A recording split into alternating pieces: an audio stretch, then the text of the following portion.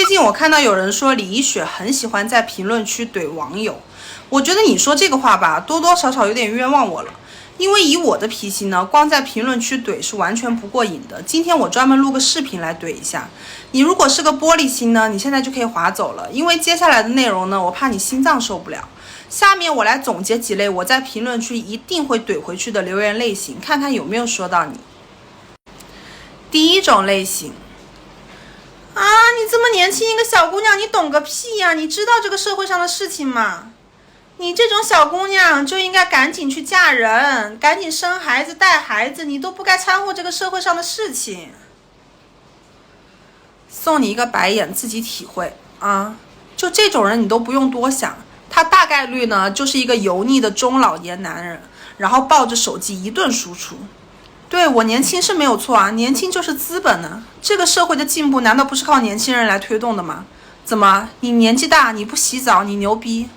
这个社会到死都没有活明白的人大有人在，而且你知道这种人啊，他大概率在他的同龄人当中，他是混得比较差的那一波人，你知道吧？他在他的同龄人当中，他没有什么话语权，所以他呢就一定要去找那些年纪比较小，跟他女儿差不多年纪的人，他要在这种人身上去找存在感，跟满足他说教的这个欲望。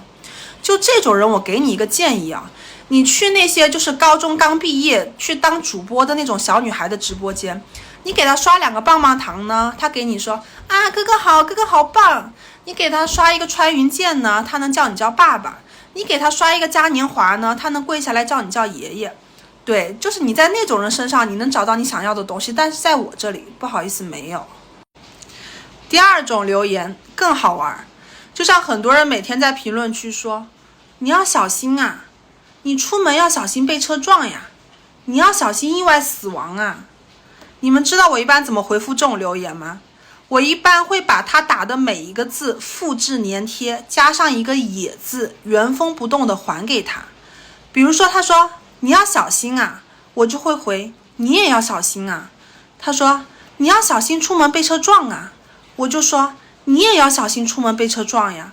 然后这个时候他就不干了，他说你这个人怎么分不出好歹的呀？听不出好赖话吗？我叫你小心我是为你好呀。我就纳了闷了，怎么你叫我小心是为我好，我叫你小心难道就不能是为你好吗？怎么同样的几个中国汉字你非要理解成2种意思呢？那是不是证明你在听到这个话的时候你也是不开心的呢？那你凭什么觉得我在听到这个话的时候我就是开心的呢？第3种类型是我个人觉得最恶心的一种，就是我看到的话我一定会怼回去的一种。他说无论你过去受到什么样的伤害，你都应该把它放下，你不应该纠结在过去，你应该换个地方重新开始新的生活。就这种人啊，我给你们举个例子吧，可能你们感受的比较直观。这就好像是比如说一个母亲，她刚刚看到她的亲生儿子被人杀害在她的面前，她这边还抱着孩子在哭，可能孩子身上的血都没有流干净。这个时候这个人他走过来了，他说哟，孩子死了呀，那死了就死了吧，反正人死不能复生，你还活着呀，你可得好好活着啊，你千万别想着给孩子报仇啥的，不值当的啊。这个时候你忍无可忍，你骂了他一句，你说你能不能滚。这个时候又有另外一个人走过来了，他说你这个人怎么不知好歹的呀，别人劝你是为你好，你听不出来吗？你说恶不恶心人？就这种人啊，他喂了一坨屎到你的嘴边，他还要说他是为你好。为你好是需要别人觉得对他是真的好，并不是满足你那点可怜的施舍欲。就像那些人他把我送进精神病院，他也说是为我好啊，他也说是为我治疗啊。就是这种打着为别人好的旗号来恶心人的这种人是最不可原谅的，懂吗？第4种类型，他说你说这些我们都懂啊，可是这个社会就是这个样子啊，这个体制就是这个样子啊，你说再多做再多，你又能改变什么呢？就这种人啊，可悲又可笑。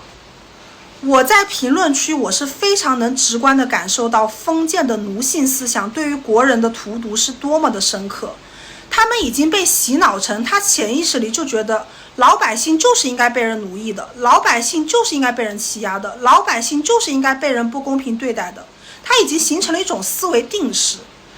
我很想反问这些人啊，就是你所谓的这个社会这个样子，这个体制这个样子，你难道不觉得就是因为太多像你这样的人存在了吗？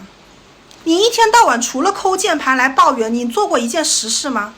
我的存在能让未来被精神病的人数大大减少，我的存在能让未来精神病院的收治程序更加规范，你能干什么？你告诉我。